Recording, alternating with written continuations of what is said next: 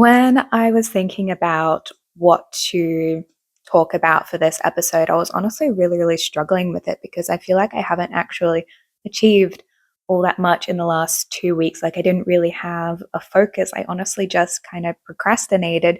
And during the lead up to filming this, I was just like, I don't know what to talk about. I did nothing. The best that I could do was maybe talk about how my no sugar journey is going, but, I was hoping to talk about that at the end of the sugar journey and not at the beginning stages. And so it kind of brought me to here. It's just like, well, I guess I'll talk about the fact that I've procrastinated and I haven't done anything. And that kind of turned into like, why did I procrastinate? And me thinking about that. And I guess the reason is because I have to start again. So my goal for, this 6-month challenge was to become self-employed. And, I had a little bit of a plan for about what I specifically wanted to do. And the plan's gone kaput again, once again. And if I had just researched at the beginning of it, like, hey, does this idea already kind of exist? The answer would have been yes. And it would have saved me so much time. And it's just like, ugh, like, okay, so I got to start again. At the beginning of the year, I was really excited about this business idea that I had. And in order to do that, I had to learn some skills.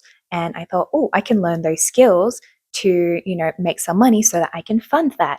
And both ideas are kind of rubbish now. And so I have been doing some virtual assistant work. I've been doing a little bit of graphic design, but mostly just some video editing. I've gone to a business networking meeting and I've made some new connections. And I met another potential client, that is just like, if you could learn some email marketing, there could be like a little place for you on my team and I can give you some work. That would be really great. And I'm just like, cool, I have a direction, but I'm still just like, I have to start again. And that's why I've been kind of digging my heels in a little bit, because I kind of feel like I've just been flailing around for the last 2 years. Like, it's not just the two ideas I had at the beginning of the year that, were a flop. It was also all of the ideas that I had the year before that were also a flop and didn't lead me anywhere. And so it kind of feels like for the last almost 2 years, I've made no progress. I've just made some trial and error. I've just, gone with an idea, found out it's no good, picked another idea, found out it's no good, and so on and so forth.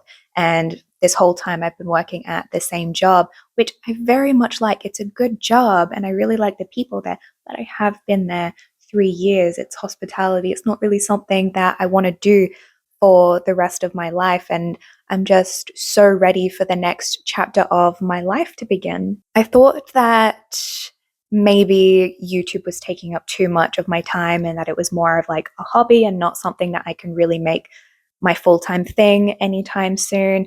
And so when I started reducing how much time I spend on YouTube by just giving like these little updates every 2 weeks instead of trying to make like this full-on production and, post every week, then that would give me more time to work on my skills. And then I realized the idea was no good. And then I realized I had to, start learning email marketing. And now that I've realized the idea is no good and I was supposed to be focusing on email marketing, I haven't. I've been procrastinating for the last 2 weeks. And it's just hard for me to start again. And I've just been feeling really kind of flat about, starting over once again, especially when I was so excited about the idea of finally being self-employed by the end of the year and being able to leave my job and being able to, maybe start traveling because I, can work from my laptop from anywhere in the world. And, I was so excited for that to happen. And the the goal has been pushed forward yet again. So I've been feeling a little bit like disheartened about that. And because I've been feeling disheartened about that, I talked to my dad about it, because I always talk to my dad about things that I'm kind of feeling. And from the first conversation that we had, he said that I don't give myself enough credit for just how far I've come in the last 5 years. And he's not wrong. Like 5 years ago, Sammy is so incredibly different to the person that I am now. So he's not wrong there. But I guess what I kind of said in response, and I'm like, yeah, I know, but it doesn't feel like enough. It feels like I should be where I want to be by now. Like I'm 25, I'm going to be 26 next year, and I feel like I'm still waiting for my life to begin. Like there's so much that I want to do. Just like, not like big things, but just like little things too. Like I would like to be able to, do some kickboxing or dance classes or, go out a little bit more often. Just like little things like that I don't really have the money to do. And I'd also like to travel. I haven't traveled in 10 years. That is something that I really want to do. I just can't do at the moment. So it kind of just feels like it's just kind of felt like lately I've been waiting for my life to start. And then in the other conversation that I had with him is to start thinking more about, think about all of the people that would kill to have what I have now. The fact that I live in a good area, I have, a pretty good job, I have all of these lovely, amazing friends, I'm safe, I'm likable, I'm pretty, and I'm healthy. I am so rich in so many other areas of my life, and that I need to stop measuring my success based on how much money is in my bank account. And it was a good point, Dad. He said, would I rather be a millionaire or would I rather have the lovely friends that I have now? And I said, the friends that I have now. And he said, there are so many unhappy millionaires that don't have meaningful connections. And I guess the more that I kind of let that linger in my head, especially when it came to creating the outline for this video, the more I started, like, and this is just from like writing the outline that I've been ruminating over it, is realizing he's right. I am actually very rich in life because I have been very, very busy lately, despite the fact that I've been procrastinating.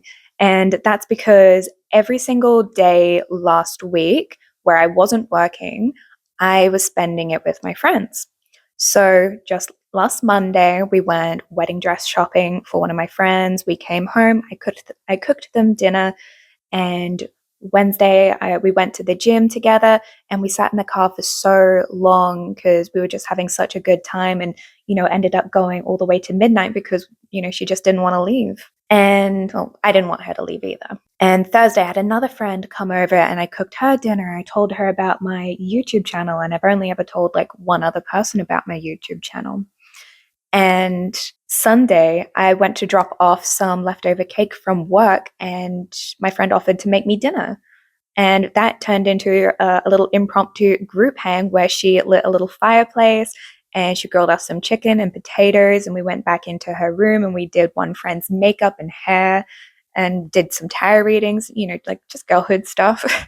And then Monday again, I took my friend to the gym and we went grocery shopping afterwards. And I went back to her house to show her how to start making some high protein recipes that are really, really easy and super practical so that she can start eating high protein. And later tonight, I will be again going to see my friends, for another impromptu group hang because my housemate's having a friend over and I wanted to, let her have some space to, enjoy having her friend over. So I do have a lot of beautiful connections in my life, and I am actually very rich. I have a lot of good things going for me in life, and my dad is right. I need to stop measuring my success based on how much money is in my bank account.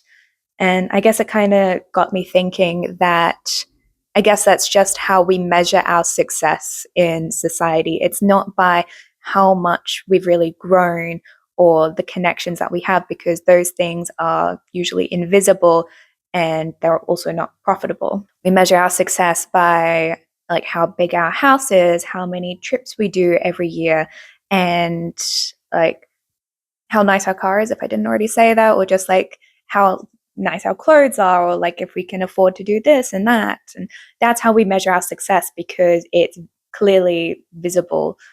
And capitalism has us by the balls. But essentially, this is kind of like a golden period of my life right now. And I haven't been fully appreciating that fact because every previous version of me, down to my childhood, was dreaming of the life that I am currently living. Because like even because I hold on, I remember this diary entry from back when I was maybe like 8 years old because I've been journaling for a long time. And I drew this little picture of me and my friends, going shopping and, having like that little shopping montage that you see in like movies when you're a kid. And I was so excited to be a teenager to have that. And that never really happened when I was a teenager. I didn't really have the money, the confidence, or that level of friendship and freedom. And it just dawned on me like, I went wedding dress shopping with my friends last week, and we literally lived out that little drawing that I did in my journal when I was that young. And the fact that I am living, on my own now, I can drive now, like I'm a lot more healthier than how I used to be. Like my skin's cleared up, and I'm just living the life that I had been like wishing for like so long, and I'm not appreciating any of it because I keep looking at all of the things that I don't have. And I think that's a very common thing that we tend to do as a species is we compare ourselves upwards. No matter how good we have it, we don't have it as good as the next guy, despite the fact that this is a very uncertain and scary period of my life, and it's very confusing. It's not bad by any means because of the connections that I have and all of the other good things that are going for me. Like this has started to shape up to be such a good like end of 2025 because of just how much I have been seeing my friends lately, and just thinking about the fact that I've been taking my friend to the gym for the last month and how consistent she's been and how proud of her I am and how much stronger she's been getting and all the positive impacts that she says it started to have already. And us sitting in the car afterwards and just going through our TikToks, and I get to see her twice a week now. And, driving to Yochi because one of us is feeling bummed, and, just having like those deep and meaningful conversations and being able to, drop in on them and make their birthday super special and drop them home, after they've hung out with me. Just being able to do nice things for them and, being able to spend time with them and like just taking little, it's going to sound so cringe or just so sappy, but those little mental pictures in my mind of just like this moment, because it's kind of just hard to, take a picture and film, that current moment when it's a little bit hard to like, it's just going to be a memory basically that I try to keep in my head. It's a little bit too hard to take a photo of. So this is probably the most amount of freedom that I've had thus far in my life. And I need to appreciate it while I have it before real adult responsibilities kicks in. Because my friends are younger than me, and our 20s are supposed to be the time where we are, just figuring it out. And it is messy and it's uncomfortable and it's uncertain. It's also the period that we can have we have the most like freedom and fun. And yeah, my dad said something very sappy to me. He said, instead of, hold on, what did he say? He said, perhaps I should think more often about the impact I am having on those close to me in my life. And I'm just like, that is a very nice thought. And he is once again right. It's not really something that we value very much in, our society, because I guess it's kind of hard to document that for social media because it just kind of looks like you're doing something not from like the genuine kindness of your heart, but because you're trying to portray yourself as like a certain image. And so you either post it and it looks a little bit fake, or you don't post it and nobody sees you do it, except you do. Like you see it, you know it, and it makes you feel so good for doing it. There's probably some really good quotes about like giving and life being more meaningful when you have those like rich connections and you give to others without expecting anything in return. Yeah, but I guess that's why there's not much value put on it, is because you can't brag about it, and it is invisible, your growth, and hard to display. Like when I was when I was worrying about, the end of the year when my 6-month challenge is finished, am I actually going to have anything to show for it?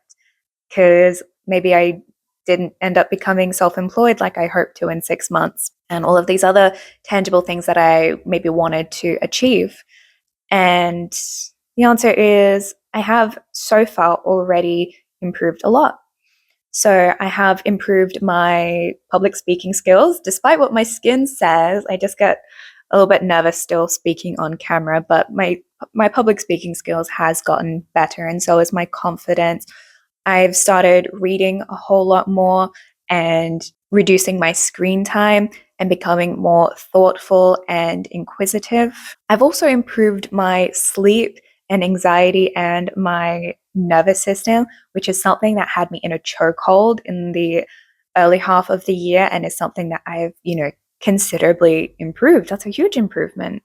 I've made a whole lot more work connections. It's still not that very much, but it is still maybe two more than I had at the beginning of the year. And I also know about how to find more, networking connections because I went to a networking event and I can go to more of them. And I've also made so many beautiful memories with my friends. And that's something that I wanted to do as my 6-month challenge, was to start living more intentionally. And I have started to do that. But a lot of the things that I've just listed, they're not sexy. They're not really tangible, and they feel so unimportant and like, cool, yay for you. Because what we want to see is something more tangible, because it means that we can, show it off, like what we've achieved.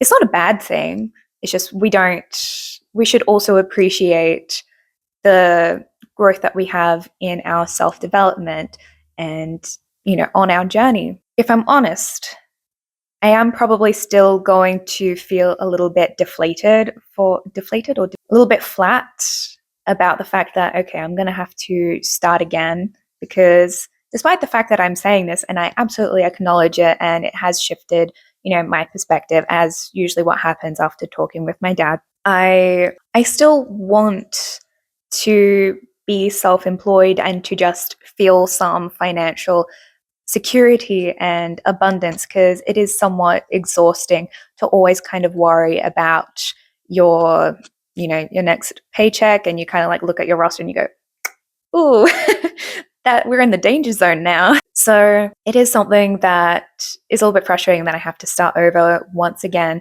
but maybe this will be the next one where something actually clicks and I actually do start getting some, some real progress and some stability for it. And also, I still have a lot of time. I kind of bitch and complain that, "Oh, I'm going to be 26 early next year." And like, oh my God, I'm so old. It's just like I keep teetering back and forth between, I'm so old. Girl, you're so young. You're so old. You're so young. I keep going back and forth on it depending on how I'm feeling. But I guess society kind of tells us what kind of milestones we should reach by certain ages, and social media reminds us of that. And just comparing myself to, other people my age or younger than me who just seem to have it more together than what I do. But there's nothing I really could have done. Like, I can't change the past, and I know that I made the right decisions at the time.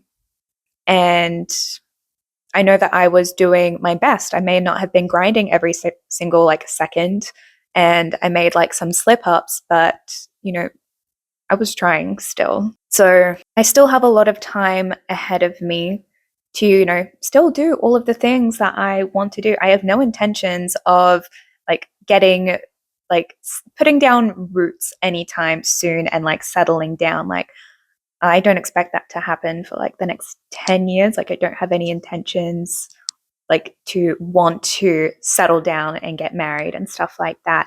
So if I'm not so worried about that, then I've still got a long time ahead of me to do all of those fun little things that I want to do. What am I stressing? It's just because like I'm comparing myself, just like, and saying it to myself, just like, this is where you should be, this is where you need to be, because you're old and you need to get it together. And it's just like, I'm trying. So I guess that's my little tangent for this episode, is feeling like I'm behind, but I'm not, having to kind of start over again, and, realizing that I am actually, like, despite the fact that I'm not financially rich, I am rich in life. As corny as that sounds, but it's true. I'm very grateful for the things that I have. I just don't stop enough to appreciate it. So I'll try and get better at doing that. It's just like appreciating what I have now instead of thinking about all of the things that I don't have. So, yes, I hope that this video made you feel a little bit less alone, and I will talk to you all in the next video, hopefully with a more positive update. So thank you for watching. Bye-bye.